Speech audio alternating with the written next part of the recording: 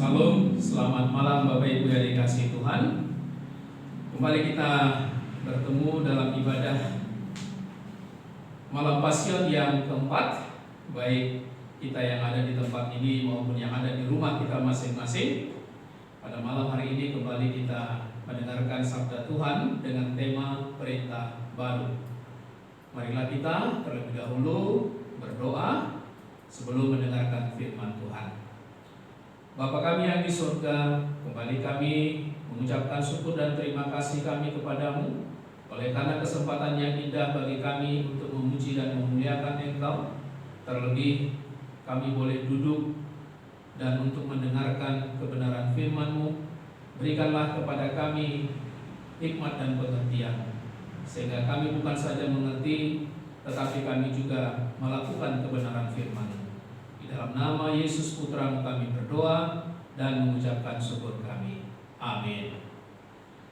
Bapak Ibu jemaat yang dikasihi Tuhan, tema kita perintah baru diambil dari Yohanes pasal yang ke-13 ayat yang ke-31 sampai ayat yang ke-35. Demikian firman Tuhan, saya akan membacakan untuk kita semuanya. Perintah baru. Sesudah Yudas pergi, berkatalah Yesus, sekarang anak manusia dipermuliakan dan Allah dipermuliakan di dalam dia. Jikalau Allah dipermuliakan di dalam dia, Allah akan mempermuliakan dia juga di dalam dirinya dan akan mempermuliakan dia dengan segera. Hai anak-anakku, hanya seketika saja lagi aku ada bersama-sama kamu. Kamu akan mencari aku, dan seperti yang telah kukatakan kepada orang-orang Yahudi, ke tempat aku pergi tidak mungkin kamu datang. Demikian pula aku mengatakannya sekarang juga kepada kamu. Aku memberikan perintah baru kepada kamu, yaitu supaya kamu saling mengasihi. Sama seperti aku telah mengasihi kamu, demikian pula kamu harus saling mengasihi. Dengan demikian, semua orang akan tahu bahwa kamu adalah murid-muridku, yaitu jikalau kamu saling mengasihi. Demikian firman Tuhan. Berbahagialah mereka yang mendengar dan melakukan firman Tuhan. Saudara-saudara yang terkasih, saya akan memulai penjelasan khotbah ini dengan membaca ayat yang ke-33. Hai anak-anakku, hanya seketika saja lagi aku ada bersama kamu. Kamu akan mencari aku, dan seperti yang telah kukatakan kepada orang-orang Yahudi, ke tempat aku pergi tidak mungkin kamu datang. Demikian pula aku mengatakannya sekarang juga kepada kamu.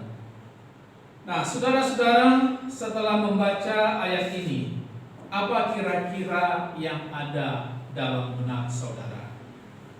Ya, Yesus memberitahukan akan adanya waktu perpisahan antara dia dengan murid-muridnya. Perpisahan itu sudah akan dimulai melalui kematiannya yang segera akan terjadi, kebangkitannya, lalu kenaikannya ke surga, yang tinggal 40 hari lagi pertemuan Yesus itu pun tidak penuh dengan murid-muridnya. Inilah setidaknya yang tersirat dari perkataan Yesus kepada murid-muridnya. Melalui perkataan itu pula ada tersirat hal yang lain, yakni suatu hal yang mendesak, suatu hal yang penting sekali dan sangat mendasar untuk diberitahukan dan ditekankan dengan kuat kepada murid-muridnya. Memang tindakan Yesus yang selalu digerakkan oleh belas kasihan kepada siapa saja itu telah dilihat dan disaksikan oleh para murid. Tetapi bukan tidak mungkin kalau para murid hanya memahami tindakan Yesus secara gamblang. Oleh karena itulah perkataan Yesus di ayat yang ke-33 ini mengandung amanat yang penting bagi murid-muridnya. Apakah amanat penting yang akan disampaikan oleh Yesus yang harus diberlakukan oleh murid-murid dan semua orang yang percaya kepadanya? Amanatnya adalah saling mengasihi. Aku memberikan perintah baru kepada kamu, yaitu supaya kamu saling mengasihi. Sama seperti aku telah mengasihi kamu, demikian pula kamu harus saling mengasihi. Setidaknya saudara-saudara, kita melihat ada 3 hal pokok yang ditekankan dalam perkataan Yesus ini, dalam amanat saling mengasihi ini. Yang pertama, saling mengasihi itu adalah sebuah perintah. Mengasihi bukanlah nasihat ataupun ajakan, dan bukan pula sebuah pilihan. Tapi saling mengasihi sekali lagi adalah perintah. Rasanya saudara, tidak ada pilihan yang dapat kita ambil sebagai orang percaya selain taat dan tunduk kepada perkataan Tuhan ini. Di luar perintah itu berarti bahwa kita hidup tanpa Tuhan. Mengapa? Yohanes dengan tegas mengatakan, barang siapa tidak mengasihi, ia tidak mengenal Allah, sebab Allah adalah kasih. 1 Yohanes 4 ayat 8.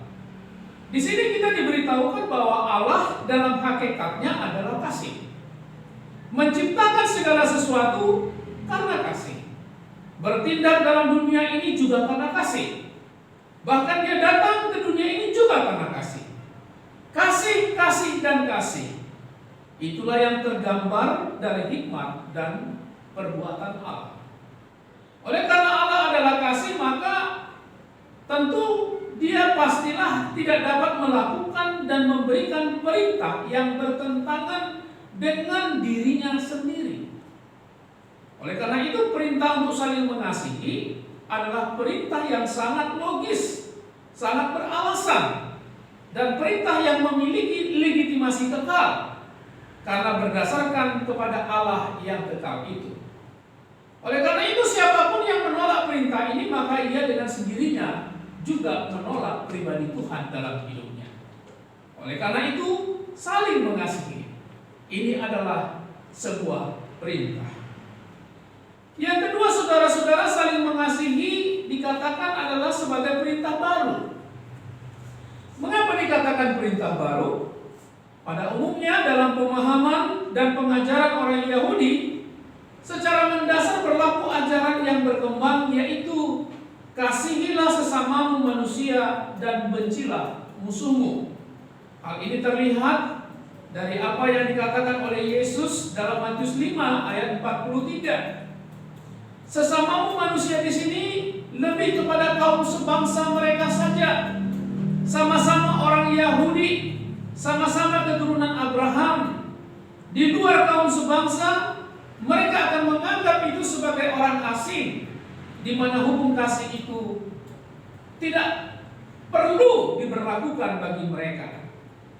Satu contoh yang nyata adalah bagaimana orang-orang Yahudi itu begitu sangat-sangat memusuhi orang Samaria, karena orang Samaria itu dianggap sebagai bangsa yang telah tercemar.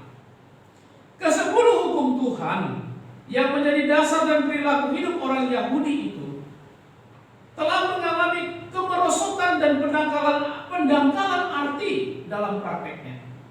Yesus menegaskan bahwa seluruh hukum Taurat dan kitab para nabi bergantung kepada hukum kasih.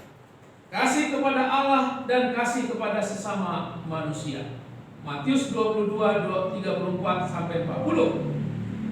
Penegasan Yesus tentang hukum kasih ini bersifat universal, bukan untuk kalangan sendiri. Bukan hanya mengasihi kaum sebangsa saja, bukan hanya mengasihi orang yang mengasihi kita saja, melainkan juga mengasihi setiap manusia, termasuk orang yang membenci, memusuhi, dan menganiaya kita, bahkan berdoa bagi mereka itu. Matius 5 ayat 44. Inilah juga yang dilakukan Yesus di atas tiang salib. Ya Bapa, ampunilah mereka, sebab mereka tidak tahu apa yang mereka perbuat. Dengan demikian, saudara-saudara, Yesus memberikan amanat atau perintah baru tentang kasih kepada para murid dan kepada kita semuanya yang percaya kepadanya.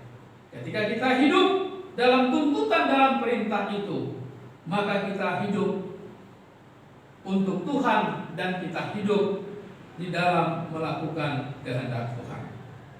Yang ketiga, saudara-saudara, Saling mengasihi adalah seperti Yesus mengasihi. Bagaimanakah cara Yesus mengasihi? Yesus mengatakan, tidak ada kasih yang lebih besar daripada kasih seorang yang memberikan nyawanya untuk sahabat-sahabatnya. Yohanes 15 ayat 13. Jelaslah cara Yesus menunjukkan kasihnya kepada murid-muridnya dan kita semua adalah dengan memberikan nyawanya sendiri. Di sini Yesus menegaskan bahwa memberikan nyawa itu dinyatakan sebagai perwujudan kasih yang terbesar. Selain daripada memberikan nyawanya, kita juga melihat bagaimana Yesus mengasihi murid-muridnya. Yang pertama, kasih Yesus kepada murid-muridnya tanpa memikirkan kepentingan diri sendiri. Kemudian kita juga melihat kasih Yesus kepada murid-muridnya selalu bersifat pengorbanan. Dan jika kasih itu berarti salib, maka Yesus bersedia untuk melalui jalan salib itu, dan Yesus melakukannya. Kasih Yesus kepada murid-muridnya juga bersifat mengampuni. Sekalipun murid-muridnya meninggalkan dia pada masa-masa sulit, pada masa-masa penderitaan, Yesus tidak membenci mereka. Bagi Yesus, tidak ada kesalahan yang tidak bisa diampuni. Kasih yang tidak mau mengampuni bukanlah kasih yang sesungguhnya. Kasih harus dibangun di atas pengampunan. Karena tanpa pengampunan, kasih itu mau tidak mau pasti akan mati. Oleh karena itu, saudara-saudara, saling mengasihi itu adalah identitas. Saling mengasihi adalah gambar diri dari orang percaya. Ketika saling mengasihi mengalami kebudaran, maka hilanglah juga identitas dan gambar diri kita sebagai orang percaya. Tetapi sebaliknya, jika perintah saling mengasihi ini melekat pada identitas dan gambar diri kita, maka orang lain akan tahu kalau kita semua adalah murid-murid Kristus yang memberikan perintah saling mengasihi itu. Selamat malam, Tuhan memberkati kita semuanya. Mari kita berdoa. Kami bersyukur dan berterima kasih untuk firman-Mu yang mengingatkan kami terus, ya Bapa, bahwa saling mengasihi adalah identitas dan gambar diri kami sebagai anak-anak-Mu. Ajarilah kami untuk mengasihi semua orang sebagaimana kami mengasihi. Di dalam nama Yesus kami berdoa dan berterima kasih. Amin.